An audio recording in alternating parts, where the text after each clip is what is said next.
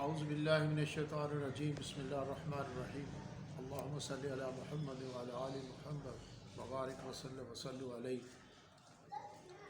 رب اشرح لی صدری ویسر لی امری واحلل عقدۃ من لسانی یفقہوا قولی اللہم صلی علی محمد وعلی آل محمد بسم اللہ الرحمن الرحیم شرع لکم من الدین ما وصى به نوحا والذی اوحینا الیک وما وصینا به ابراہیم وموسیٰ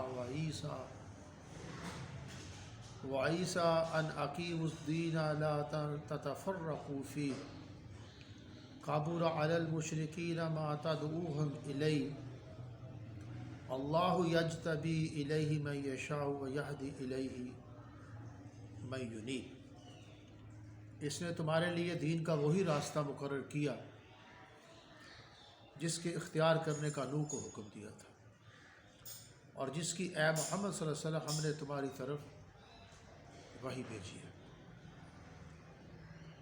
اور جس کا ابراہیم اور موسیٰ اور عیسیٰ کو حکم دیا تھا، اور وہ یہ کہ دین کو قائم رکھنا اور اس میں پھوٹ نہ ڈالنا۔ جس چیز کی تم مشرکوں کو بلاتے ہو، جس چیز کی طرف تم مشرکوں کو بلاتے ہو، ان کو دشوار گزرتی ہے۔ اللہ جس کو چاہتا ہے اپنی بارگاہ کا برگزیدہ کر لیتا ہے، اور جو اس کی طرف رجوع کرے گا اس لیے اپنی طرف راستہ دکھا دیتا ہے۔ اس کے بعد ہے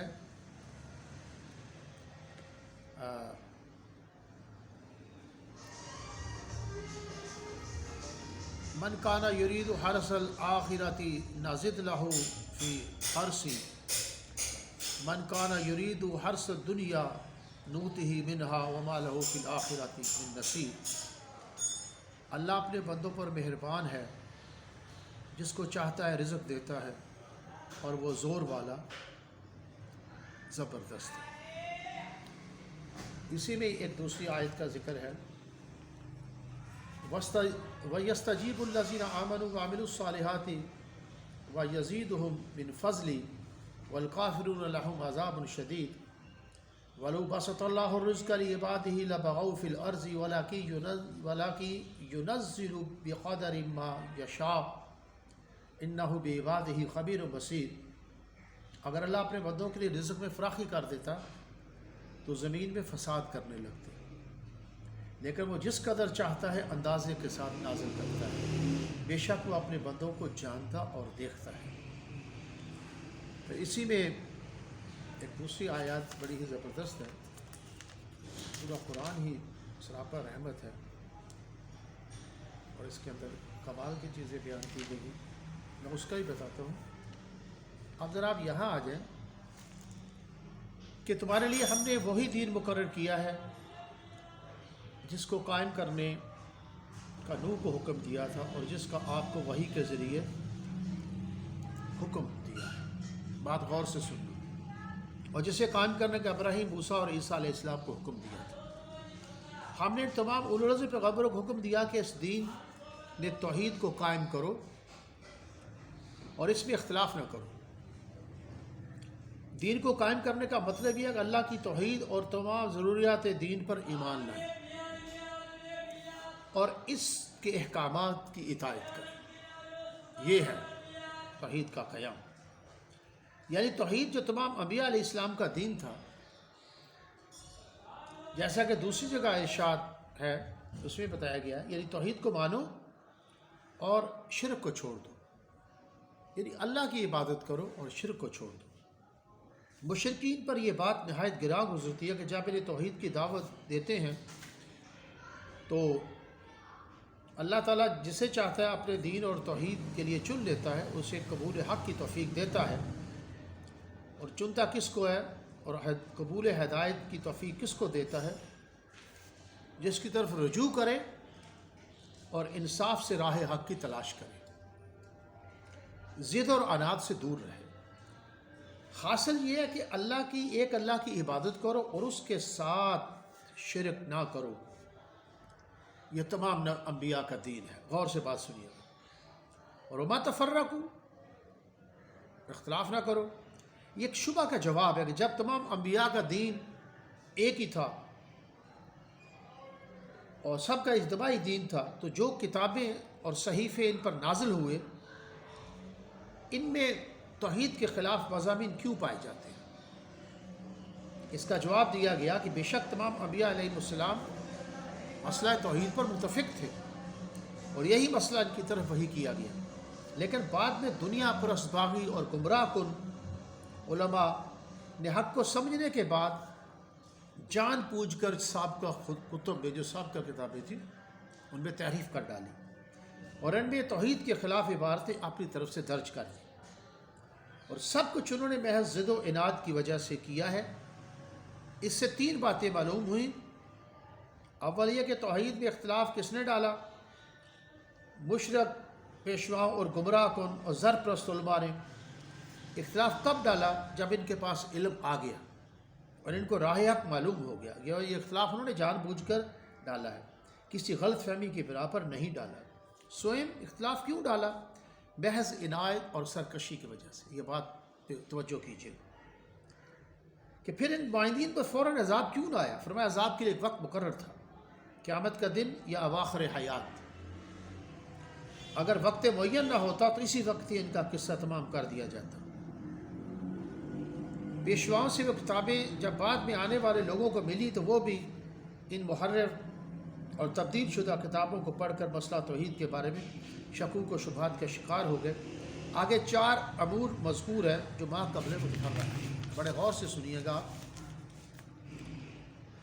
جب تمام انبیاء علیہ السلام کی دعوت ایک تھی لیکن باغیوں نے اس میں ضد و عناد سے اختلاف کر ڈالا، تو آپ اسی دین کی دعوت دیتے رہیے جس کی تمام انبیاء علیہ السلام کو تاکید ہے، اور جس طرح آپ کو حکم دیا گیا ہے آپ اسی طرح دعوت پر قائم رہیے، اور ان گمراہ کن پیشواؤں اور شرک یا رہنماؤں کی خواہشات کا اتباع نہ کریں، اور آپ فرما دیں میں تو صرف اسی کتاب پر ایمان لایا ہوں جو اللہ نے نازل فرمائی ہے۔ ان باغیوں اور گمراہی پھیلانے والوں کی تحریرات اور تحریفات کو ماننے کے لیے میں تیار نہیں ہوں۔ مجھے حکم دیا گیا کہ میں تبلیغ اور فصل احکام میں تمہارے درمیان برابری کروں، احکامات بھی بتاؤں، مسئلہ سب کو سناؤں اور کسی کی طرفداری نہ کروں۔ اللہ ہی ہمارا مالک و کارساز ہے اور تمہارا بھی، ہم اپنے اعمال کے ذمہ دار ہیں اور تم اپنے اعمال کے ذمہ دار ہو۔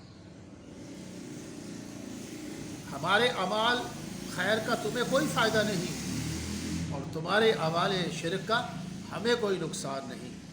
اس کا دوسرا مطلب یہ ہے کہ ہمارے لیے ہمارے اعمال ہیں یعنی شرک سے پاک ہیں، اور تمہارے اعمال تمہارے لیے یعنی تمہارے اعمال سراسر مشرکانہ ہیں۔ رہا یہ کہ ہم تمہیں اسلام اور توحید کی دعوت کیوں دیتے ہیں، یعنی ہم دین کی دعوت تمہیں کیوں دیتے ہیں، تو محض تمہاری خیر خواہی کے لیے، لا حجت بیننا و بینکم، اس لیے خصوصیت اور جھگڑے کی کوئی وجہ نہیں ہے۔ یا مطلب یہ ہے کہ دین حق حجت اور دلیل کے اعتبار سے غالب ہو چکا ہے اور تم پر حجت خداوندی قائم ہو چکی ہے، اس لیے اب تم پر احتجاج کی کوئی ضرورت باقی نہیں رہی اور تمہارے انکار کی عناد و مقابرہ کے سوا کوئی توجیہ نہیں ہو سکتی۔ قیامت کے دن اللہ تعالی ہم سب کو جمع کرے گا اور سر محشر حق و مبطل کے درمیان آخری اور قطعی فیصلہ فرما دے گا۔ جب بعد کے لوگوں نے پہلے لوگوں کی تحریرات کو پڑھا اور گمراہ ہو گئے تو اس معاملے میں معذور نہیں ہوں گے۔ فرمایا معذور نہیں ہے، ان کا یوزر اللہ کے نزدیک ساکت اور مردود ہے، ان کا یوزر قبول نہیں ہونے کی 2 دلیلیں بیان کی گئی ہیں۔ اس مسئلے کا تو علماء اہل کتاب بھی مان چکے ہیں، مسئلہ توحید کو۔ مراد وہ علماء ہیں جو اسلام لا چکے تھے، تو علماء ثقات کا اسے مان لینا اس کے حق ہونے کی دلیل ہے۔ وہی انبیاء کی توحید کا سلسلہ چلا آ رہا ہے۔ تو ان لوگوں نے باغیوں اور گمراہوں کی بات کیوں مانی؟ علماء ثقات کے نقشے قدم پر کیوں نہیں چلے؟ جب ان کے حق پر علماء مان چکے تو ان کا انکار محض مقابرہ ہے۔ ایسے لوگوں پر جو ایسی حجت واضحہ کے باوجود نہیں مانتے، اللہ کا غضب ہے اور ان کے لیے سخت ترین عذاب تیار کیا ہوا ہے۔ اللہ تعالیٰ نے ایک عظیم الشان کتاب نازل فرما دی ہے جس میں حق توحید دیگر ضروریات دین کو خوب واضح اور روشن کر کے بیان کر دیا گیا ہے، اور ایسی شریعت نازل فرما دی ہے جو حق و باطل، عدل و انصاف اور تمام حقوق کے لیے ترازو ہے۔ تو ان لوگوں نے کتاب کی طرف کیوں توجہ نہ کی اور اس میں غور و فکر کر کے اس کو سمجھنے اور اس پر عمل کرنے کی کوشش کیوں نہ کی؟ اس لیے ان کا عذر قابل قبول نہیں ہوگا، جیسا کہ بنی اسرائیل کے شبہ۔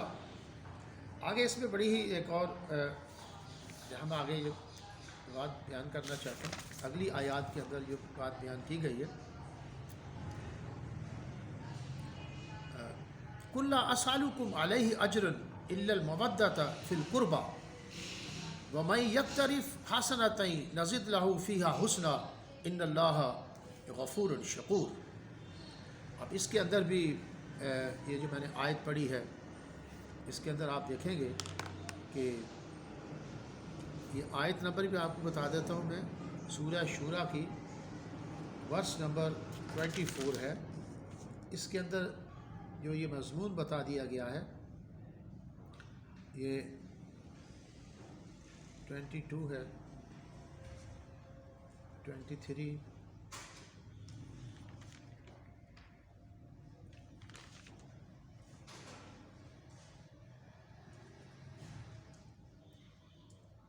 ہاں جی، یعنی وہ انعام ہے جس کی اللہ اپنے بندوں کو جو ایمان لاتے ہیں اور نیک عمل کرتے ہیں بشارت دیتا ہے۔ کہہ دو کہ میں اس کا تم سے صلہ نہیں مانگتا مگر قرابت کی محبت، اور جو کوئی نیکی کرے گا ہم اس کے لیے اس میں ثواب بڑھائیں گے، بے شک اللہ بخشنے والا قدردان ہے۔ اس میں ایک اور چیز بتا دی گئی ہے، اس میں ایک علماء نے کچھ اس میں رائے دی ہیں کہ وہ یہ ہے، یعنی میں تبلیغ پر تم سے کوئی اجرت اور تنخواہ نہیں مانگتا، میری پاک صلی اللہ علیہ وسلم، میرا تم سے مطالبہ صرف یہ ہے کہ تم دین حق کو قبول کر لو اور اللہ تعالیٰ کا قرب حاصل کرنے کے لیے شوق و محبت سے اس کی اطاعت کرو۔ قول ابن عباس، حسن بصری، قتادہ اور دوسرے مفسرین سے منقول ہے، یا مطلب یہ ہے کہ میں تمہیں توحید کی تبلیغ کوئی اجر مانگنے کے لیے نہیں کرتا، بلکہ اس قرابت اور رشتہ داری کا لحاظ کرتے ہوئے جس کی وجہ سے تمام بنی آدم ایک دوسرے کے رشتہ دار ہیں۔ میں تمہیں تبلیغ کرتا ہوں تاکہ تم ہلاکت سے بچ جاؤ، یعنی کہ تمام بنی آدم جو ہے وہ رشتہ دار ہیں، اس قرابت کی وجہ سے میں تمہیں یہ تبلیغ کرتا ہوں۔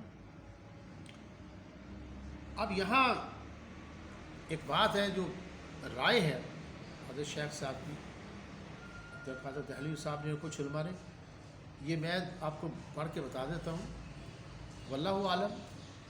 وقال الشیخ، خود پہلی بات میں نے بتا دی ہے قرابت کا، کہ توحید کی تبلیغ گوئی یا میں دین تمہیں اس لیے بتاتا ہوں بلکہ اس قرابت اور رشتہ داری کا لحاظ کرتے ہوئے جس کی وجہ سے تمام بنی آدم ایک دوسرے کے رشتہ دار ہیں، میں تمہیں تبلیغ کرتا ہوں تاکہ تم ہلاکت سے بچو۔ تمام باطل، تمام دنیا بنی آدم کے ساتھ یہ قرابت داری کا رشتہ ہے تاکہ سارے جو ہیں وہ ہلاکت سے بچ جائیں۔ آپ نے میں تمہیں اس لیے تبلیغ کرتا ہوں، میں تمہیں اس لیے دین بتاتا ہوں، اور میں جو بات بیان کر رہا ہوں توحید کی، یہ وہی ہے جو انبیاء کے تسلسل میں چلی آ رہی ہے، جو اللہ بعد میں لوگ گمراہ ہوئے، انہوں نے اس میں جو خرابیاں کی ہیں وہ بھی بتا رہا ہوں، جبکہ ان کے علماء ثقات جو تھے بڑے بڑے اہل کتاب، انہوں نے بھی اس بات کو مانا۔ یہودی دیکھیں عبداللہ بن سلام جیسے لوگوں نے آ کے اس چیز کو ایکسیپٹ کیا کہ آپ وہی اصل چیز کو بیان کر رہے ہیں جو ایک سیریز توحید کی چلی آ رہی ہے، تو یہ اس کا ثبوت ہے۔ پھر محض وہ اناد اور کچھ لوگوں کے مفادات اور یہ لمبی چوڑی بات ہے، اور یہاں یہ بڑی یونیورسلٹی اس کے اندر ہے، تمام بنی آدم ایک دوسرے کے رشتہ دار ہیں، میں تمہیں تبلیغ کرتا ہوں تاکہ تم ہلاکت سے بچ جاؤ۔ بعض لوگوں نے القربہ سے ذوی القربہ یعنی رسول اللہ صلی اللہ علیہ وسلم کے رشتہ دار اور اہل قرابت مراد لیے۔ بعض مفسرین نے یہاں حضرت فرماتے ہیں، واللہ عالم، میں آپ کو میں تو جو ہے بتا، کسی صحابی سے منقول نہیں ہے یہ بات، اور مذکورہ بالا پہلے معنی امام المفسرین حضرت ابن عباس رضی اللہ عنہ سے باسانید صحیحہ ثابت ہے، جو بات کر دی گئی ہے۔ آپ یہی فرماتے ہیں کہ قرابت یہاں جو ہے وہ ہے کہ تمام بنی آدم ہے، اور یہاں کئی علماء لکھتے ہیں کہ تبلیغ رسالت پر اپنے کنبے کی محبت کی اجرت مانگنا، یعنی کہ اگر ایسا ہے تو پیغمبر صلی اللہ علیہ وسلم پر کنبہ پروری اور قرابت نوازی کا الزام آ جاتا ہے۔ یہ بڑی سخت سی بات ہے۔ نہیں، بعض علماء کہتے ہیں کہ پھر آپ گویا کہ آپ یہ کنبہ پروری کی اور قرابت نوازی، بہرحال جو بھی ہے اس میں حضرت ابن عباس کے اقوال بھی ہیں، بھی ہے، لیکن ایک بات یہ ہے انہوں نے جنرل اس کا میننگ لیا ہے کہ تمام بنی آدم ایک دوسرے کے رشتہ دار ہیں، میں تمہیں تبلیغ کرتا ہوں تاکہ تم ہلاکت سے بچ جاؤ اور تم اللہ کی طرف آ جاؤ۔ پھر آگے وَلَوْ بَسَطَ اللَّهُ الرِّزْقَ، یہ بات آپ غور سے سنیے گا، لِعِبَادِهِ لَبَغَوْا فِي الْأَرْضِ وَلَكِنْ يُنَزِّلُ بِقَدْرٍ مَا يَشَاءُ إِنَّهُ بِعِبَادِهِ خَبِيرٌ۔ یہاں ایک بڑا ہی اللہ نے اپنے اصول کو بتا دیا ہے۔ جب اللہ تعالیٰ اس قدر مہربان ہے کہ بندوں کی توبہ قبول فرما لیتا ہے اور ان کو روزی بھی دیتا ہے، لیکن سب کی روزی فراخ اور وسیع کیوں نہیں کرتا؟ فرمایا اگر وہ سب کو فراخ وسعت اور فراخی سے دولت دے دے تو سب ہی حدود بندگی کو پھاند کر اللہ کے باغی ہو جائے اور کبر و غرور میں مست ہو کر شر و فساد پھیلا دے۔ لیکن اللہ تعالیٰ اپنی حکمت بالغہ سے ہر شخص کو جتنا چاہتا ہے دیتا ہے، وہ اپنے بندوں کو خوب جانتا ہے۔ اس سے معلوم ہوا کہ کون کس مقدار کا مستحق۔ دوستو یہ دنیا میں آزمائی ہوئی چیز ہے۔ یہ ویسے تو یوں تو چاہتے ہیں کہ سب ہم اوج سریہ پہ مقیم، پہلے پیدا تو کرے قلب سلیم۔ ایک شخص وہ اتنا غریب تھا کہ اس نے کپڑا جسم پہ نہیں تھا، اسے ریت پہ اپنے جسم کو جو ہے چھپایا ہوا تھا۔ موسیٰ علیہ السلام گزر کہا کہ میرے لیے دعا کریں، رزق کی آپ نے دعا کر دی، اس کے پاس بہت رزق آ گیا۔ پھر آپ کا گزر ہوا تو پتہ چلا کہ کسی شخص کو قتل کی سزا دی جا رہی ہے، یعنی کہ مطلب یہ ہے کہ وہ شخص بعد میں پتہ چلا اس نے جرائم شروع کر دیا، قتل و غارت کرنا شروع کر دیا۔ حضرت موسیٰ جب پہلے وہاں سے گزرے تو مقصد یہ ہے وہ جس حالت میں اللہ نے رکھا تھا، تو یہ جو ہے ہم صرف خواہشات کے اوپر جی رہے ہوتے ہیں، اور اللہ نے جو ہے فقدر فہدہ اندازہ لگایا ہے روزی کا، پھر اس نے پہنچانے کا بندوبست کیا۔ یہ بڑی زبردست بات ہے کہ اللہ تعالیٰ اگر اتنا دے دے، سب کو اتنا دے دے، تو پھر کیا ہو جائے، اللہ تعالیٰ مست ہو کر شر و فساد پھیلا دے۔ اللہ تعالیٰ اپنی حکمت بالغہ سے ہر شخص کو جتنا چاہتا ہے دیتا ہے اور اپنے بندوں کو خوب جانتا ہے۔ یہ اللہ کی تقسیم ہے، اور یہ بات واقعی ایسی آئی ہے کہ کئی بندوں کے پاس اتنا آ جاتا ہے، پھر وہ شر و فساد پیدا کرنا شروع کر دیتے ہیں، خدا بن جاتے ہیں، اس دولت کی وجہ سے لوگوں کو غلام کرنا شروع کر دیتے ہیں، اور بیچارے سادہ لوگ، کمزور عقیدہ ایمان کے لوگ ہوتے ہیں، اس دولت کی وجہ سے ان کی غلامی کا شکار ہو جاتے ہیں۔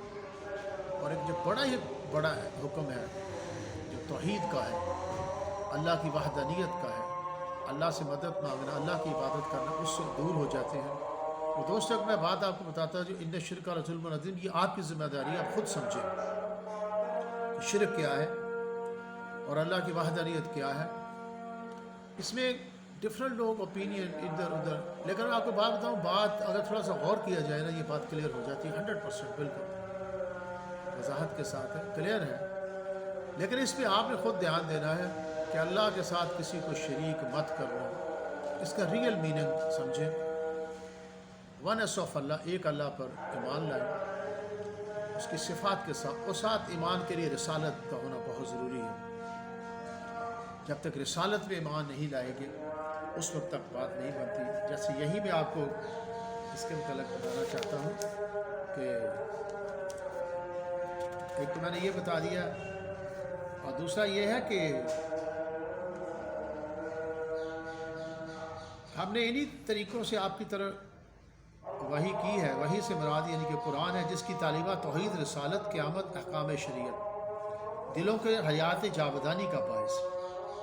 چونکہ آپ نزول اچھا جی، اس میں یہ ہے کہ اس کی حقیقت جس طرح توحید، تقدیر، حشر و نشر وغیرہ داخل ہے، اسی طرح رسالت کا بھی ایمان کا جزو ہے۔ جس طرح دوسرے لوگوں پر دیگر ایمانیات کے ساتھ رسالت پر ایمان لانا ضروری ہے، اس طرح خود حضرت صلی اللہ علیہ وسلم پر بھی اپنی رسالت پر ایمان لانا ضروری تھا۔ اور وہی سے دوسری بات یہ ہے کہ اللہ کی توحید کو، اللہ کے سوا کسی کی عبادت نہ کرو۔ یہاں ایک آخر میں اور میں پڑھ دوں میں،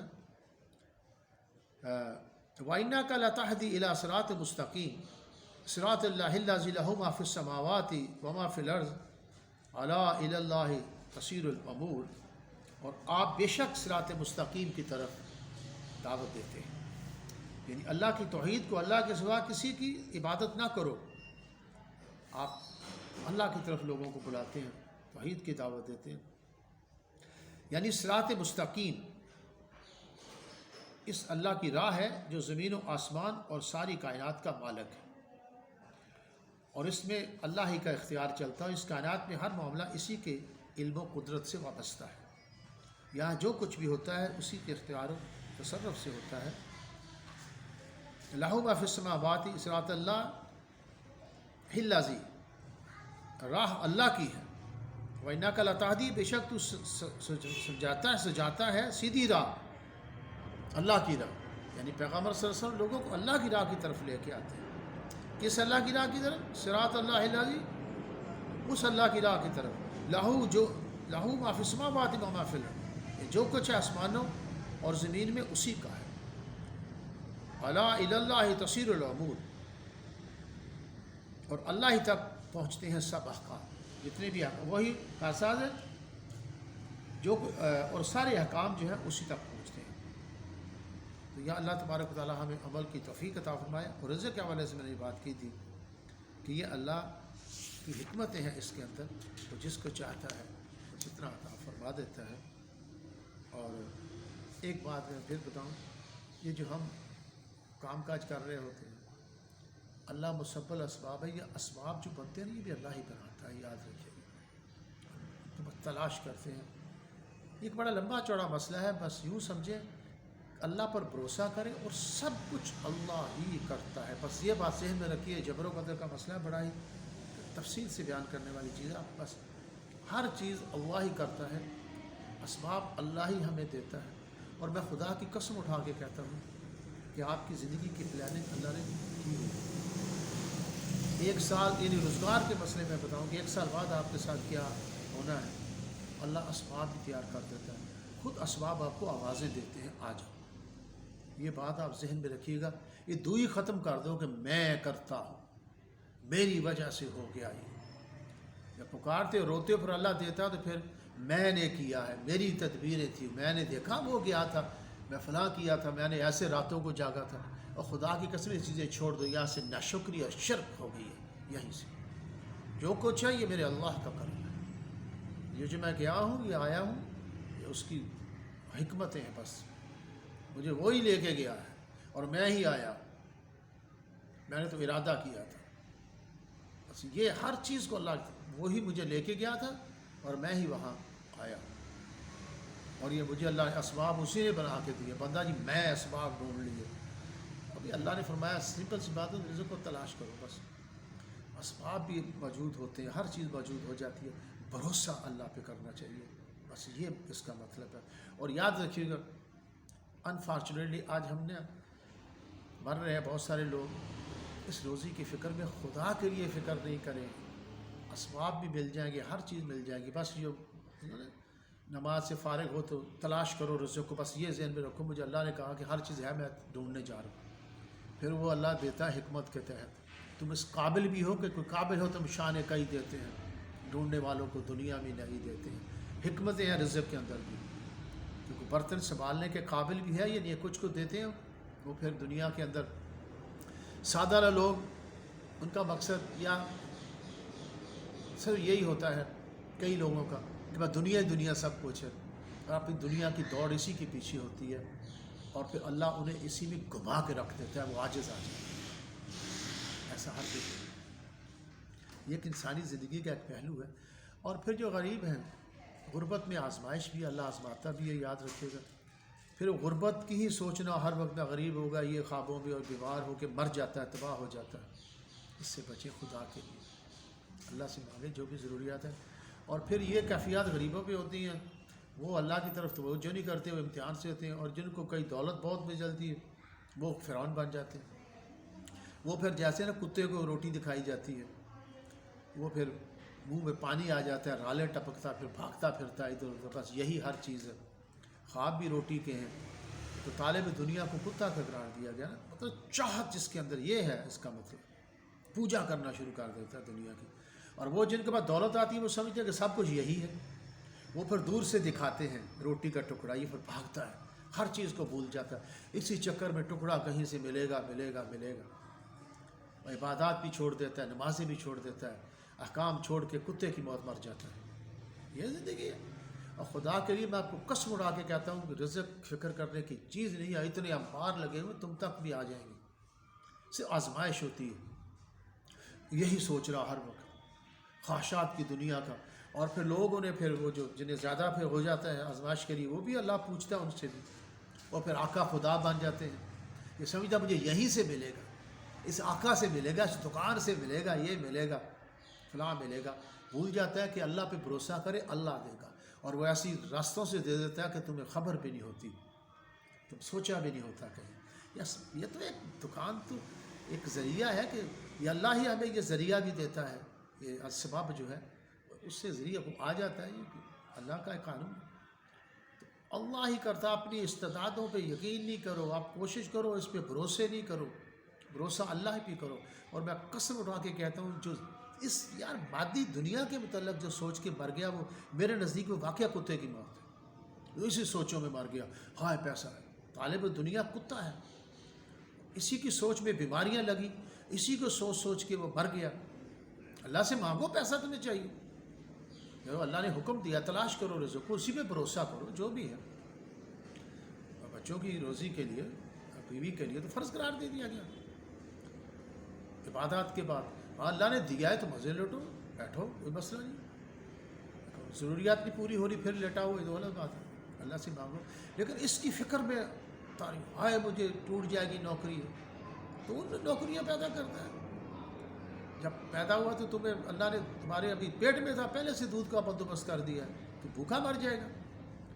رب کعبہ کی قسم اٹھا کے کہتا ہے کوئی کام نہیں کرو بھلے. ایسا ہرگز نہیں ہے، میں یہ نہیں کہتا. روٹی آپ کو شام کو مل جاتی ہے. اللہ کے ایسے ایسے بندے پیدا کیے، جگہ جگہ روٹیاں ملتی ہیں. میں معذرت کے ساتھ میں بات کرنا چاہتا ہوں، تم بھوکے نہیں سو گے رات کو، کہیں نہ کہیں بن جائے. اور اللہ نے روزی دینی، اس کا وعدہ ہے. فرشتے تمہاری حفاظت کے لیے پھر رہے ہیں، تمہاری روزیوں کا انتظام کر رہے ہیں. فرشتے تمہارے گھروں میں روزیاں لے کے آتے ہیں. اللہ کو صرف ناپسند بات ہوتی ہے میں کرتا ہوں. اللہ نے تم رزق تلاش کرو گے. میری تدبیریں، میں بڑی شے ہو گیا غرور. اور جو اتنی نعمتیں دی ہوتی ہیں اس کا شکر نہیں کرتے. رکاوٹ تو یہی ہوگی. ایک لقمہ پانی کے پیو، یا اللہ تیرا شکر ہے، مجھے صحت شکر سے ہی نہیں سر اٹھے. یہ زندگی ہونی چاہیے. اور میں آخر میں بتاؤں کہ دنیا کے مال کے لیے، صرف دنیا کی سوچوں کے لیے مرا، دین کو چھوڑ دیا، اس کی کتے کی موت ہے. یقین کریں جیسے کتا مرا پڑا ہے. ایسے کہ لاشیں دنیا کے ہوس میں پھرتے ہیں، لالچ میں یہ رکشے مر جاتے ہیں. اور عیدی سینٹر کوڈ لاشوں سے بھرے پڑے. شکلیں دیکھیں ان کی، وہ جنت میں جانے والی شکل. خدا کے مطلب رزق کے معاملے میں سوچنا میرے نزدیک کفر ہے. تلاش کریں، کوشش کریں، ٹھیک ہے. آپ آخرت کی فکر کریں. پوری دنیا قرابت دار ہے، ان کی فکر کریں کہ وہ بھی جو ہے وہ جنت میں جانے والے بن جائیں. تو آپ اللہ کا پیغام دیں، انہیں بتائیں جہاں تک دین ہو سکتا ہے. پہلے خود سیکھیں، سمجھے دین کو، قرآن کو. آپ کو اللہ کی جو میں نے بتایا تھا شرک سے بچو. یہ میں جانتا ہوں کہ اختلاف بھی کسی کو ہو سکتا ہے، خود سے آپ اس کو انڈرسٹینڈنگ کریں، علماء کے پاس جائیں. ہر بات کلیئر ہے، سمجھ آ جاتی ہے.